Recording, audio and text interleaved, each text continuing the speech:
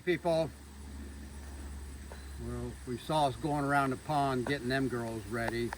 This was the yard we were working 619. So these were the queens that started laying on 523. And we came back, let them build. The queen came into lay. The brood we gave her started hatching out. That cycle started. We added a bucket on 619 and we added the second brood box. We just want to take a little look-see, see what's happening around here. On average, they should all look the same, but the bucket's empty and we want to make another round of Pro Sweet if needed. If not, we're not.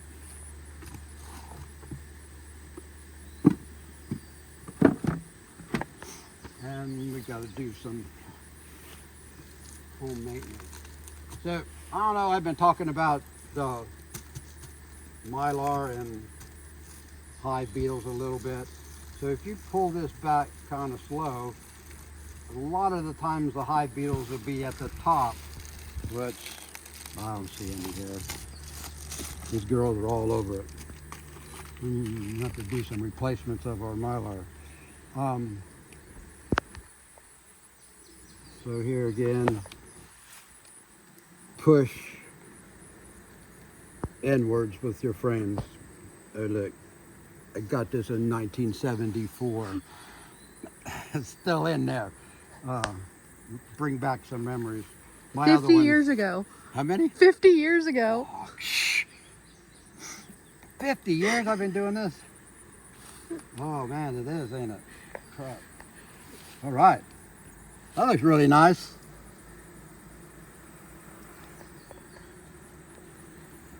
Well, these girls are doing their job.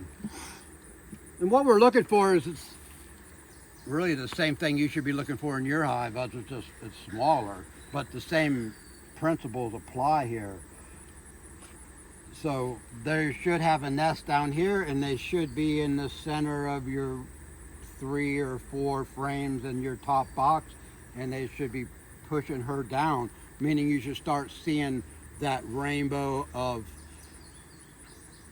nectar and pollen and the brood moving down, if that makes sense.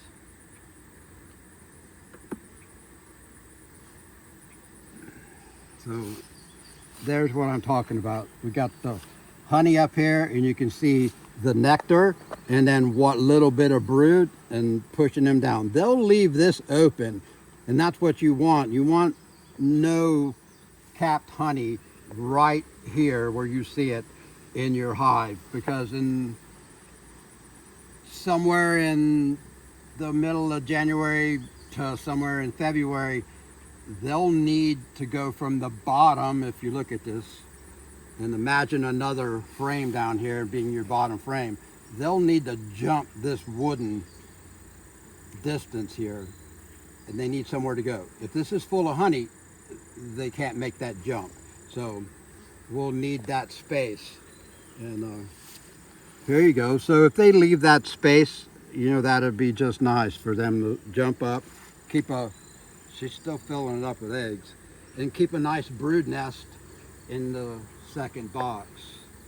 Now I expect them to move that down to just about that much of the middle of the bottom of this frame.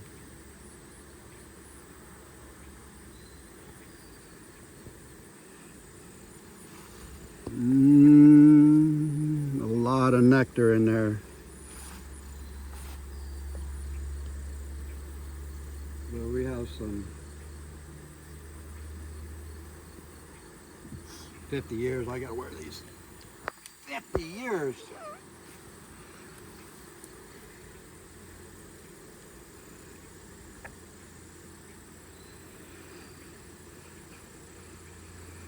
Yeah, this is pretty much full of nectar.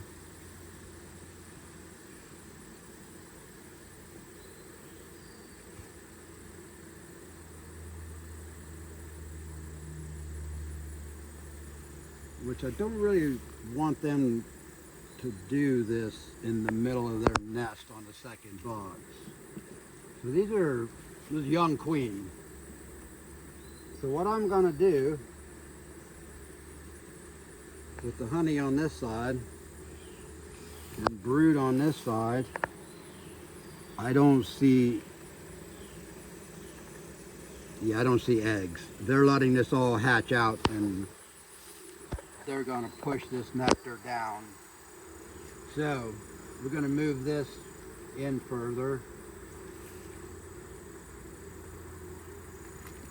And this one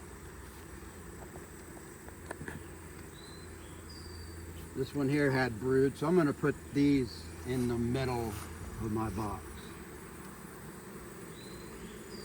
And which one of these? They're both kind of older frames. Trying to move the older frames to the outside.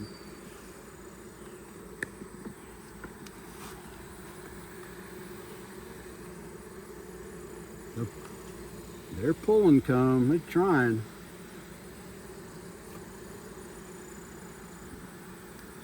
I might just push this on in a little further. And go ahead and put this on the outside. So here's what, I've been preaching this, girls like new stuff.